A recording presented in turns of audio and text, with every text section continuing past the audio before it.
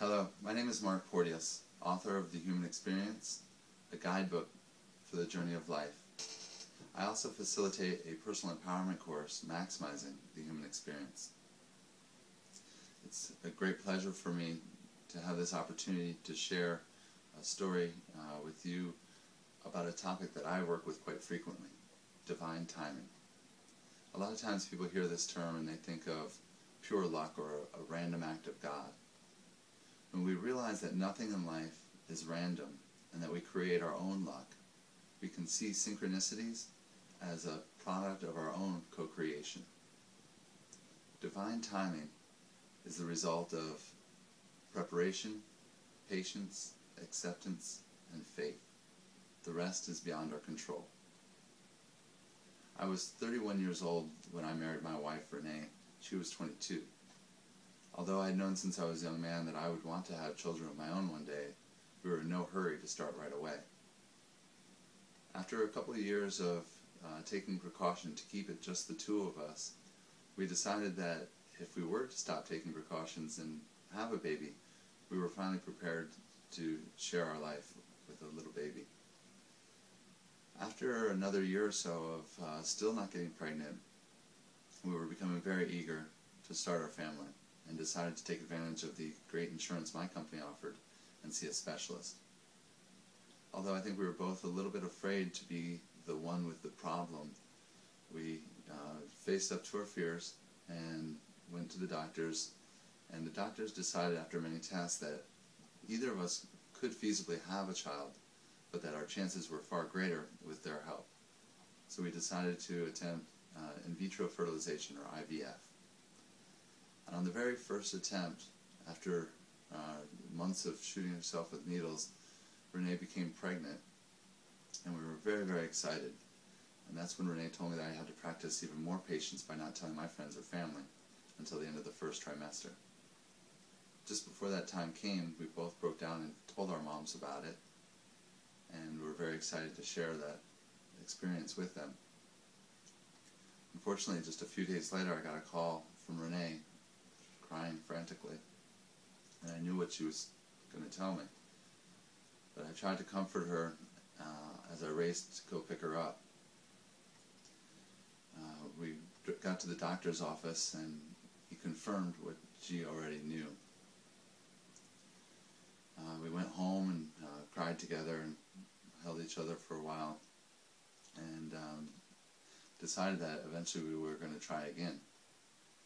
After a couple more weeks, when the cycle came back around, we attempted a second try and did not have any luck on that attempt at all.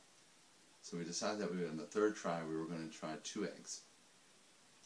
And from the very moment that they were put back into her, she felt that these 2 would be our babies. And I very much agreed with her. I could feel it as well. So she did a lot of research to find out about having twins. And in the research found out the 2 biggest concerns are premature birth and low birth weight. So she did everything she could to keep the babies to full term and to make sure that she had 2 babies over 5 pounds. So we did everything we could to keep the babies in there to full term, which is 38 to 40 weeks. At 32 weeks we went into her 32-week exam, and everything looked good. The doctor decided they would try one last test, a stress test, and that everything else seemed good, so I went back to work, and I got a call about a half hour later saying that Renee was definitely in labor and that I would need to pick her up right away and bring her into the hospital. When I heard labor, I thought she was going into labor that day, and I panicked a little. And by the time I got to the office, she was able to explain to me that there were a lot of different procedures they could do to hold off the pregnancy. And we went to the hospital, got checked into our room, and prepared to make that our home for the next several weeks. The next day I went off to work and got a call halfway through my day saying that she was in labor still and that they were going to have the baby today, that I needed to get there as soon as possible. I didn't feel prepared. I felt panicked, but mostly I just wanted to get there as quickly as I could because I didn't want to miss this moment. I didn't want to miss the birth of my babies. When I got there, I found out Renee had been telling the nurses to please hold on, that I would be there I would be there. And I did. I got there just before the epidural. I was able to hold her hand and comfort her through that.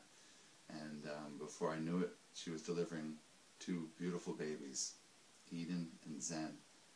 I would have been happy to have 1 baby, a boy or a girl, but I was blessed with 2, a boy and a girl on that day.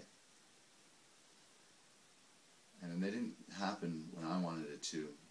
They didn't happen, they didn't wait until I was ready for them to. So I had to have patience, I had to have acceptance. I was prepared as I could be, but I was faithful the whole time.